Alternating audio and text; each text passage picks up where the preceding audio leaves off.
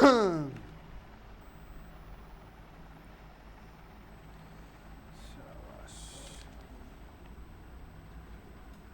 भाई, last class में बच्चों हमने क्या पढ़ा?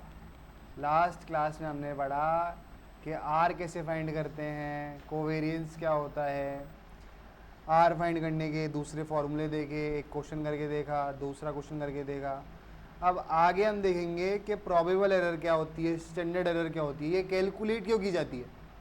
देखो भाई, जो भी है ना, कोरिलेशन में हम कार्ल पियर्सन कोफिशिएंट निकाल रहे हैं ना, आर की वैल्यू निकाल रहे हो ना तुम, कि आर फाइंड करते हो जो -1 से 1 के बीच में आता है ना। तो देखो आर तो चाहे कोई भी नंबर लो, कोई भी दो टेबल ले लो तुम एक्स वाई की, तुम्हारे को आर की वैल्यू तो मिलेगी ही मिलेगी, ठीक है ना। पर वो आर की वैल्यू कितनी सिग्निफिकेंट है, कि वो कितनी सही है, उसको चेक करने के लिए क्या चेक करना पड़ता है हमें? Probable error. तो प्रोबेबल एरर की हेल्प से मुझे ये पता चलता है कि जो ये आर निकाला है ना मैंने, ये मेरे काम का है या नहीं है, ये सिग्निफिकेंट है या नहीं है। सही है बात? तो इसलिए प्रोबेबल एरर कैलकुलेट की जाती है। तो यहाँ पे हम लिखेंगे टू टेस्ट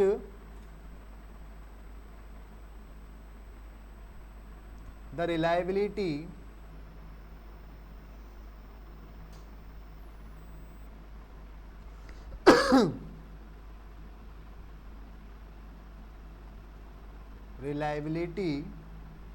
ऑफ आर की रिलायबिलिटी चेक करनी है, तो हम क्या चेक करते हैं? Probable error. तो यहाँ पर प्रोबेबल एरर जो होती है which is equal to probable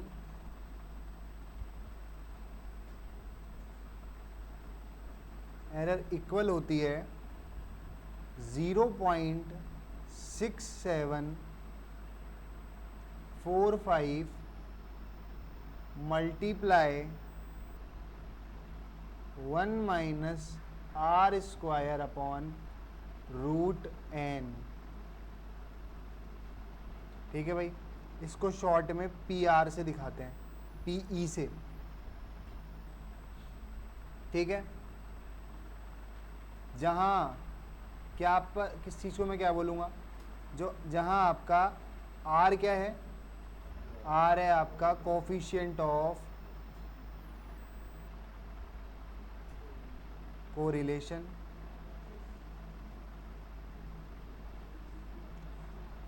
N आपका number of pair of observation, number of pair of observation.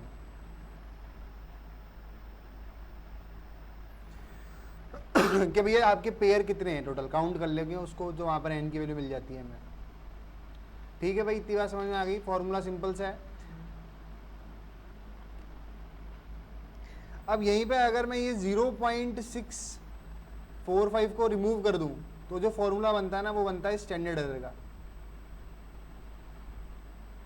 तो यहाँ पर स्टैंडर्ड एरर जो कैलकुलेट की जाएगी, वो की जाएगी 1 minus R square upon √n। ठीक है भाई, जनरली हम क्या काम में लेते हैं? प्रोबेबल एरर ही काम में लेते हैं, फिर भी देख लो स्टैंडर्ड एरर का फॉर्मूला ये होता है। ठीक है, आगे बढ़ते हैं। अब देखो यूटिलिटी क्या है, मतलब कब मैं ये कह पाऊंगा कि देखो प्रोबेबल एरर फाइंड करूंगा तो एक न्यूमेरिकली नंबर मिलेगा, तो मैं कब ये कहूंगा कि ये आपका काम, मतलब कब ये आर जो मिला है मुझे ये काम का है, और कब बेकार बोलूंगा मैं इसको, कब सिग्निफिकेंट होगा, कब इनसिग्निफिकेंट होगा। तो उसके लिए हम लिखेंगे यूटिलिटी ऑफ प्रोबेबल एरर। तो उसमें पहला पॉइंट लिखेंगे if R mod of R, मतलब कि आर का साइन हम नहीं देखेंगे, हम वैल्यू देखेंगे उसकी। अगर जो आर की वैल्यू है वो ग्रेटर देन 6 टाइम्स है प्रोबेबल एरर की, मतलब आर की जो भी वैल्यू है आपके पास, वो आपकी प्रोबेबल एरर से 6 गुना बड़ी है ना। तो हम बोलेंगे कि आर कैसा है भैया? सिग्निफिकेंट है। काम का है हमारे।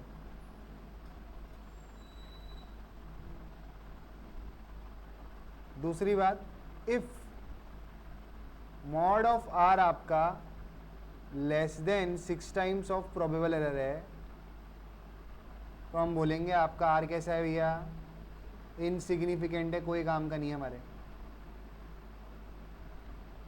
ठीक है, इतनी बात समझ में आती है।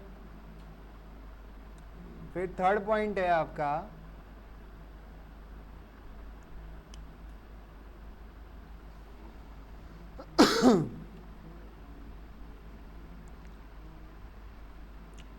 और अगर हमें अपर लिमिट पता करनी है,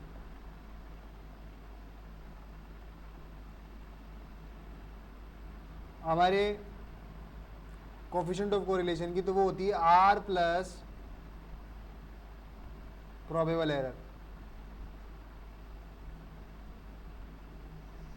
और अगर हमें लोअर लिमिट पता करनी है तो वो होती है आर माइनस प्रोबेबल एरर। तो ये 3 कंसेप्ट हैं, इनके बिहाफ पे आओ क्वेश्चन करते हैं अब। तो प्रोबेबल एरर कैलकुलेट करने का फॉर्मूला हमें पता लग गया, स्टैंडर्ड एरर कैलकुलेट करने का फॉर्मूला लग गया। आर को कब मैं सिग्निफिकेंट बोलूँगा, जब मेरी आर क्या प्रोबेबल एरर क्या होगी, 6 टाइम्स होगी प्रोबेबल एरर की, और कम हुई तो इनसिग्निफिकेंट बोलूँगा। जैसे क्वेश्चन लेते हैं,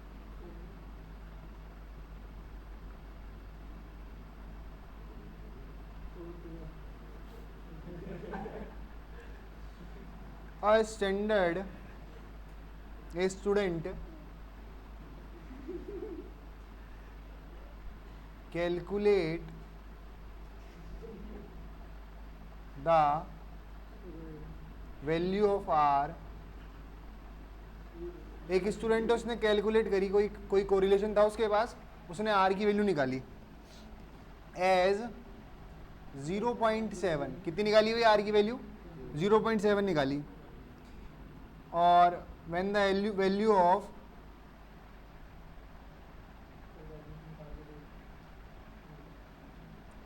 value of n is equal to 5, और उसके ऑब्जर्वेशन कितने थे, 5, एंड कंक्लूड्स दैट, और वो कंक्लूड कर रहा है, कंक्लूड दैट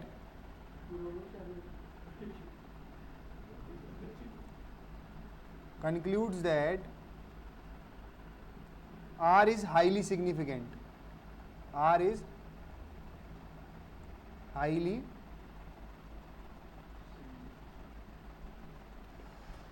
वो बोल रहा है कि R है ना मेरा सिग्निफिकेंट है, काम का है मेरे लिए।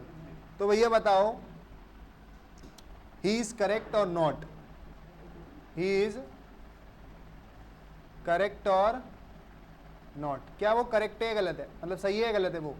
तो हम क्या करेंगे, कैलकुलेट करके देखते हैं और प्रोबेबल एरर।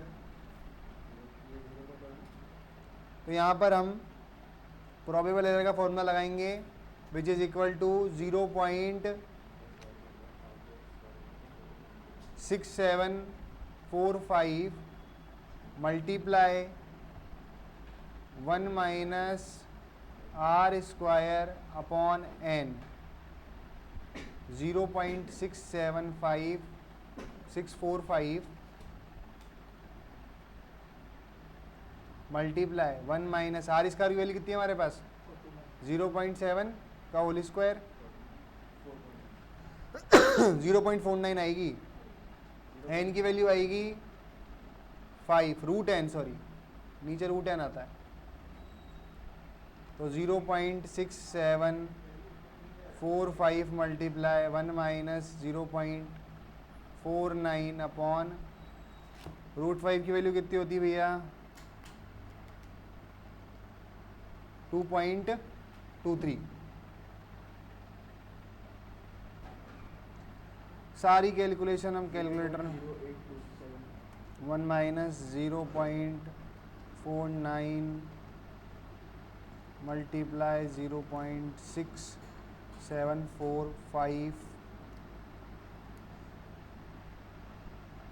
0.3439 95 divide by 2.23।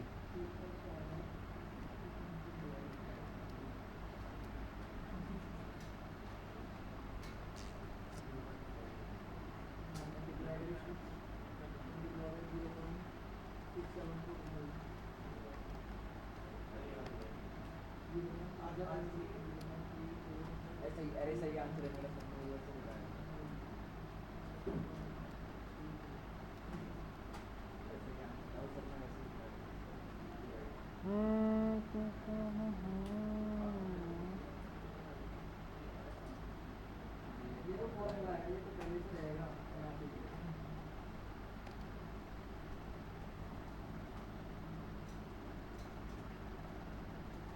क्या है आंसर?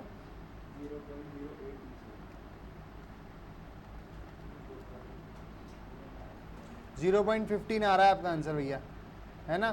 क्या 0.15। अब 0.15 निकालने के बाद आपको क्या करना है? अब आपको रेशो लेना है। किसका रेशो लेना है? आर और प्रोबेबल एरर का।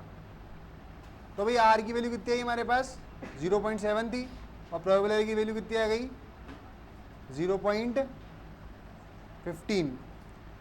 इन दोनों का रेशो लोगे तो 0.7 डिवाइड बाय 0.15 यह आएगा 4.66। कितना आ गया? 4.66। तो यहाँ से R इज इक्वल टू आ गया आपका 4.66 मल्टीप्लाई प्रोबेबल एरर। मतलब जो R है वो कितना टाइम्स है? लगभग 4 गुना। और मैं सिग्निफिकेंट कम मानता हूँ जब कितना हो? 6 गुना। 6 गुना या 6 गुना से ज़्यादा। तो यहाँ पर तो ये कैसा है भैया? तो भैया ये स्टूडेंट गलत है यहाँ पे, ठीक है? तो पहले आप प्रोबेबल एरर निकालोगे, फिर आर और पी आर का क्या लोगे? रेशो लोगे। जब दोनों का रेशो निकाल के एक तरफ आर कर लोगे, दूसरी तरफ मल्टीप्लाई कर लोगे पी आर को, तो तुम्हें क्या मिल जाएगा कि कितना गुना है वो, उसका वो मिल जाएगा तुम्हें। समझ में आ गया सवाल? चलो भाई एक क्वेश्चन तुम करो, एक लास्ट क्वेश्चन बस।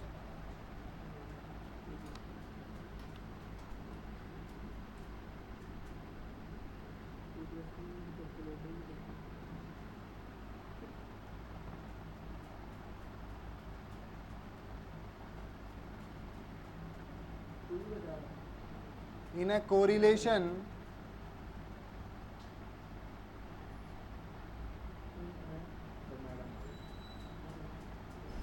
analysis, the value of R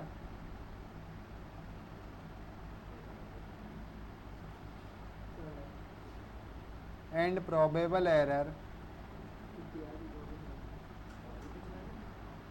where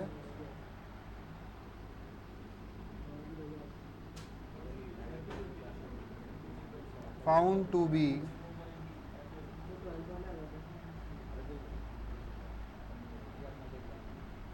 .90 and 0.04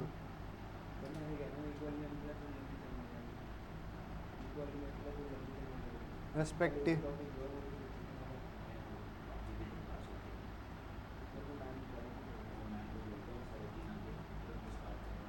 Find the value of n. चलो भाई ये क्वेश्चन कर लेना आप कि कोरिलेशन एनालिसिस है, उसमें आपको r की वैल्यू और p की वैल्यू दी हुई है। r की वैल्यू कितनी दी हुई है? 0.90 और प्रोबेबल एरर दिया हुआ है 0.04। n कैलकुलेट करना है फॉर्मूले में यूज़ करके। n की वैल्यू फाइंड करनी है भाई, ठीक है? तो बाकी बातें कल करेंगे, आगे टॉपिक पढ़ेंगे। अब दूसरा जो मेथड था ना कैलकुलेट करने का, कि किस तरह से कैलकुलेट करते हैं, रैंक डेविएशन मेथड पढ़ा है। रैंक स्पीयरमैन मेथड जो था सेकंड वाला, वो देखेंगे कल।